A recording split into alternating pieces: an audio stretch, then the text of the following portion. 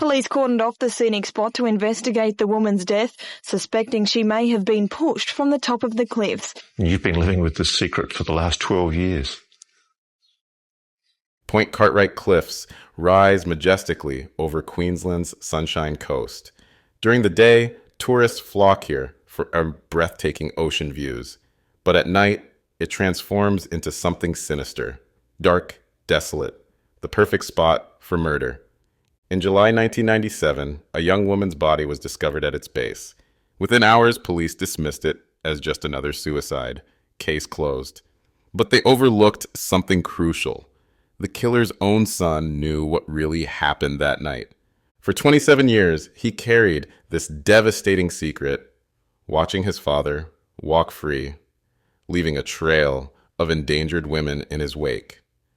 Meanwhile, a grieving family fought tirelessly against a system determined to ignore them, convinced their beloved Megan would never take her own life. It would take decades of persistence, a nationwide manhunt, and a $500,000 reward before the truth would finally surface. This is the story of Megan Rose, a compassionate soul whose trust was betrayed in the worst possible way, and how a calculating killer almost got away with the perfect crime. Because you are responsible for the disappearance of Barry Waters. I say that is not correct. I'm not responsible for the Barry's disappearance. But before we dive deeper into the mystery, I'd like to ask you a small favor. The statistics show that more than 70% of you watching aren't subscribed to the channel yet. If you're enjoying these deep dives into true crime and want to stay updated on future cases, please consider subscribing. It really helps the channel grow and ensure you don't miss out on any new videos.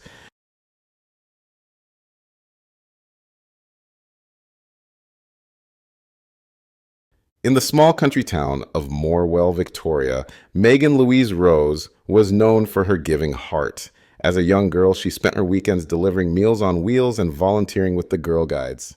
That same compassion would later shape her career choice, working as a carer for people with disabilities. She was a fun-loving girl. She got her enjoyment and pleasure from family. I came into the family when Megan was 2-year-old, just only a little tacker. By age 24, Megan had built an enviable life for herself.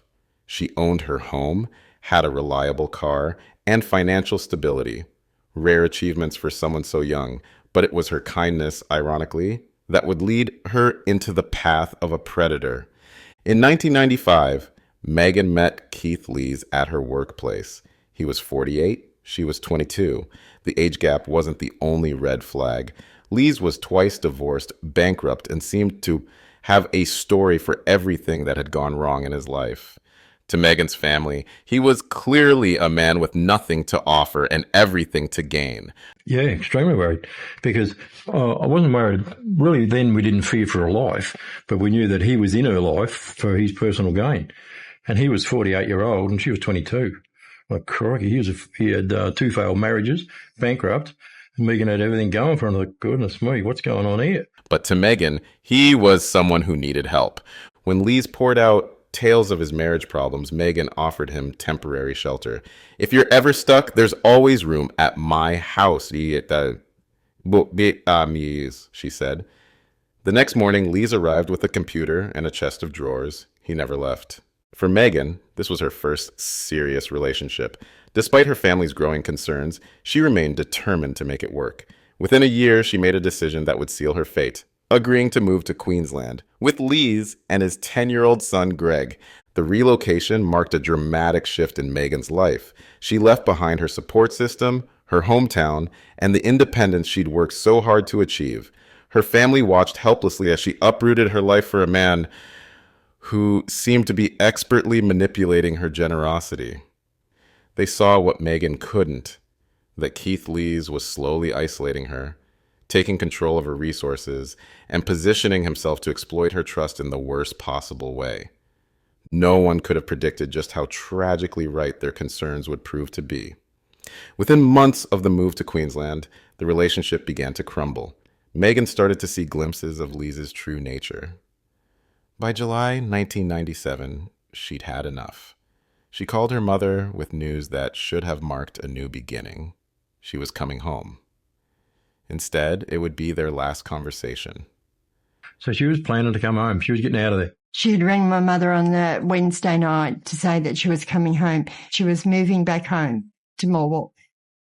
On the evening of July 17th, 1997, the walls of a Queensland apartment echoed with raised voices.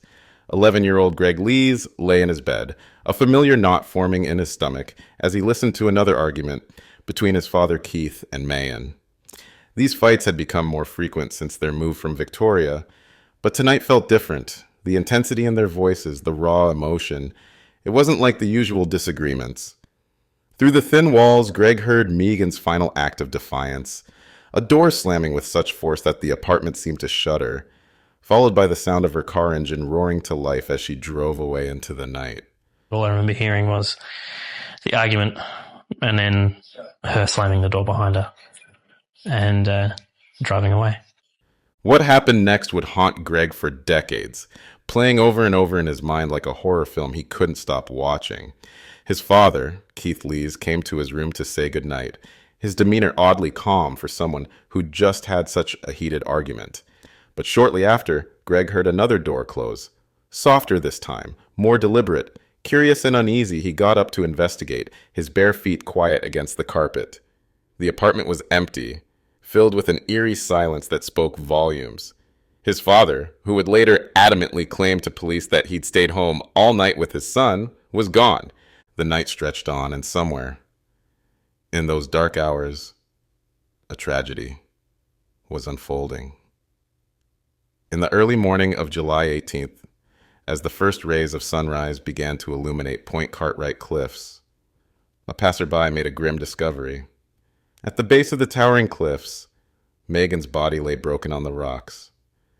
The incoming tide lapped at the scene, threatening to wash away any evidence of what had really occurred. By midday, Queensland police had already reached their conclusion. Suicide, they said. Simple as that. No suspicious circumstances, case closed. This particular case was investigated by the police, and there were no suspicious circumstances at all. But the scene told a different story, one the police chose to ignore in their rush to judgment. Megan's shoes, later examined by her desperate family, bore scuff marks consistent with being dragged, not walking. The pattern of wear and tear spoke of resistance, of a struggle, not of someone walking voluntarily to their death. Her clothes were torn in ways that suggested a violent confrontation, rips and tears that couldn't be explained by a simple fall. Oh, the clothes, that's huge. Because of the rips and the scratches on her shoes and the way her pants were, they're all consistent with being dragged. Most tellingly, her prescription glasses, which she needed for driving and wore religiously, were mysteriously absent from the scene. Adding to the mounting suspicion was Keith Lee's behavior in the aftermath of Megan's death. While most people would be paralyzed by grief after losing a partner, especially under such tragic circumstances, Lees sprung into action with chilling efficiency. Within hours of identifying Megan's body, a task he performed with unsettling composure, he was already making phone calls, not to console family members, not to arrange a funeral, but to claim her life insurance policy and collect her final wages. Or 12:30 on that day, he rang Tower Life at 1 o'clock and said that he was the beneficiary of this policy and he wanted it paid out. What did he have to do to get it? He also rang her employer and said, Megan jumped off a cliff last night. She's got wages due to her, so I'll give you my bank number and you can put it in there. The body wasn't even cold, yet Lees was already calculating his financial gain, dividing up her possessions like a vulture circling its prey. It would later emerge that Megan had unwittingly signed a $200,000 life insurance policy, believing it was income protection, another of Lees's carefully orchestrated deceptions. You had to be insured for 13 months to claim suicide. Megan had been insured for 13 months and 3 days. A coincidence too convenient to ignore. To her family, who had received a hopeful phone call from Mayan just 2 days earlier about her plans to leave Lees and return home to Victoria, the suicide ruling was beyond absurd. It was an insult to her memory. Her mother, Christine, knew instantly what had really happened. From the moment that I opened the door to the police and they told me that she was dead, I knew before they'd finished getting it out of their mouth that he'd killed her. Pretty much all of her dreams had come true. Everything that she'd worked for had come to place. But there was a price on it. There was a price on her head. The signs of foul play were glaring, but Queensland police seemed determined to look the other way. Each piece of evidence they dismissed painted a clearer picture, not of suicide, but of a carefully orchestrated murder. The life insurance policy stood out as the most damning red flag. Just over a year before her death, Megan had signed papers she believed were for income protection. Only days before her death did she discover the truth. Keith Lees had manipulated her into signing a $200,000 life insurance policy. The timing was suspicious. Suicide claims were excluded for the first 13 months. Megan died exactly 3 days after this period expired. Lees's actions in the hours following Megan's death were equally incriminating. While most people would be overwhelmed with grief, Lees orchestrated a disturbing parade of financial claims. At 12:30 p.m., he identified her body. By 1 o'clock p.m., he was on the phone with the insurance company, asserting his rights as beneficiary. Within the same hour, he contacted her employer, providing his bank details for her final wages. This wasn't the behavior of a grieving partner. It was the calculated moves of someone who had been waiting for this moment. The physical evidence told its own story. Megan's shoes bore scuff marks inconsistent with someone walking voluntarily to their death. The damage pattern suggested she had been dragged. Her clothing showed similar signs of struggle, with tears and marks that police inexplicably chose to ignore. Then there were her glasses, a detail that would haunt investigators for years. Megan wore prescription glasses, especially while driving. Yet they weren't found at the scene. Months later, Lees mysteriously mailed them to her family. They were covered in sand, raising questions about how they ended up in his possession and what story they might tell. When Megan's family begged police to test the glasses for evidence, they refused. He told me she killed herself. Get on with it. Perhaps most suspicious was Megan's car. Found near the cliffs, it appeared to have been meticulously cleaned. Any trace evidence that might have told the story of her final moments had been wiped away. Yet again, police showed no interest in this glaring anomaly. Despite the family's pleas, despite the mounting evidence, despite the obvious financial motive, authorities remained steadfast in their suicide ruling. For Megan's family, this wasn't just incompetence, it was a betrayal of justice. Each ignored piece of evidence, each dismissed concern, each refusal to investigate further allowed a killer to walk free. While they grieved their daughter and sister, Keith Lees was already moving on, ready to find his next victim, which was going to be a woman with a substantial family inheritance. The playbook was familiar.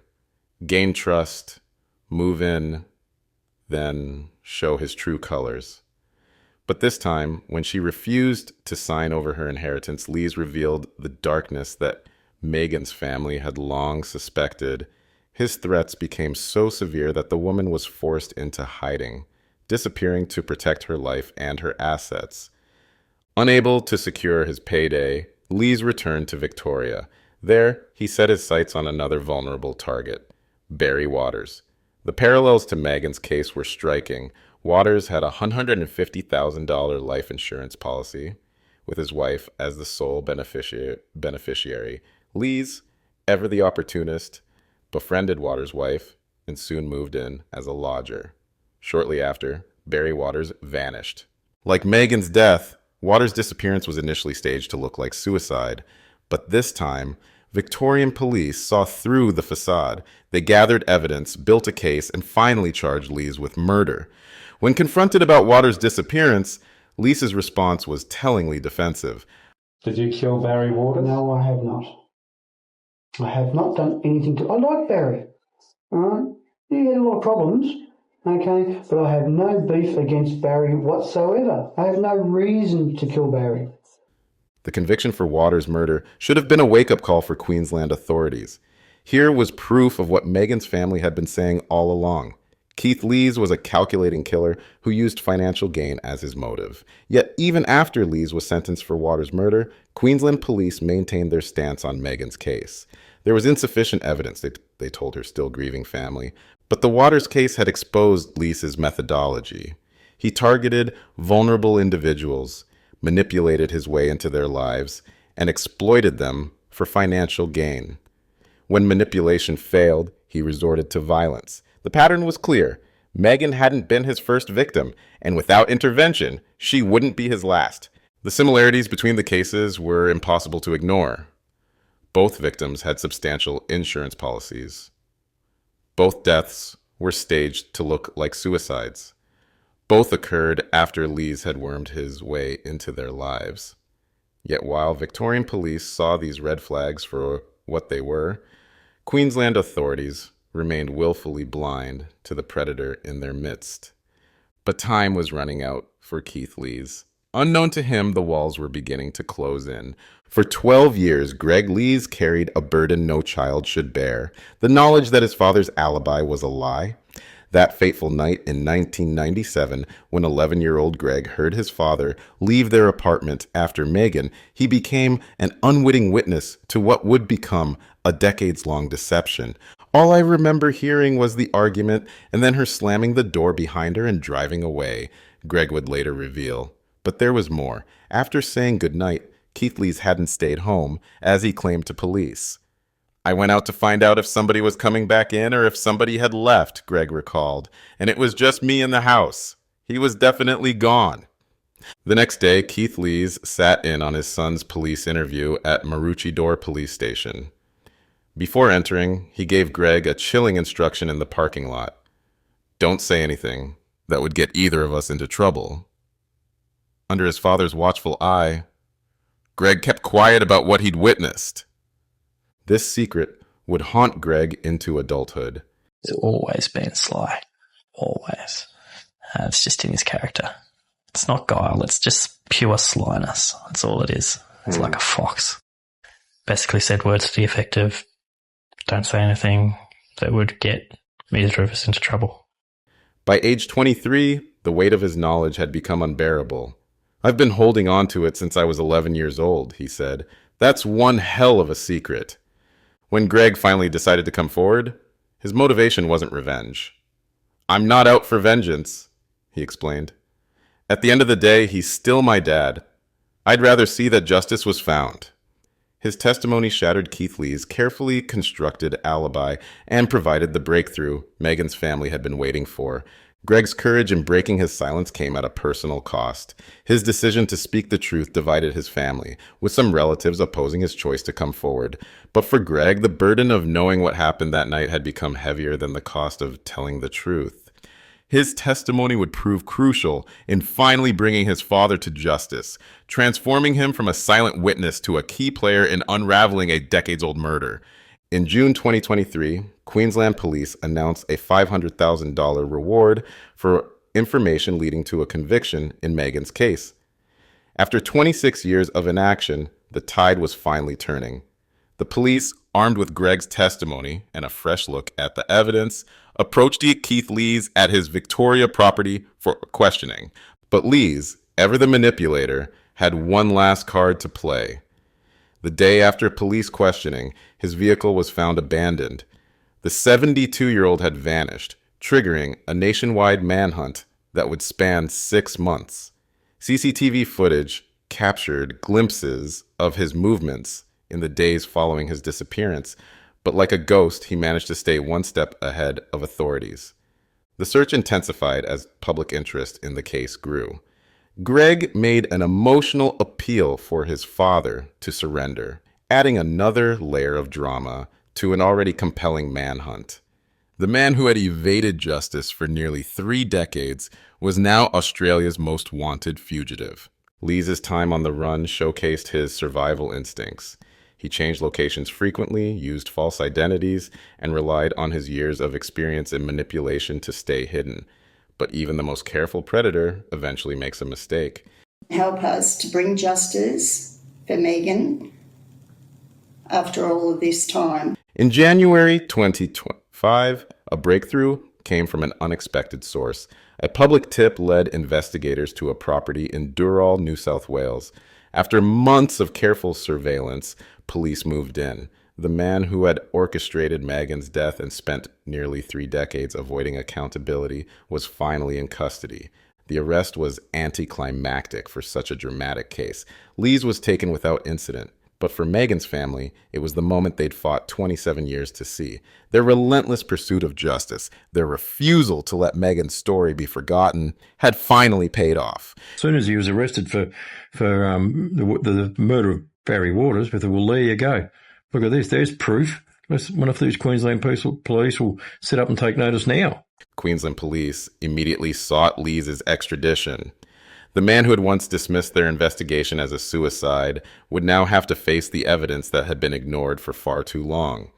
For Megan's family, this arrest marks the beginning of the end of a 27-year nightmare. But their story serves as a haunting reminder of how easily justice can be delayed when authorities rush to conclusions. There is a side of relief. It's not nice to have to live in fear for 27 years. Yesterday, that fear left. This should have happened 27 years ago. What happened on Point Cartwright that July night in 1997?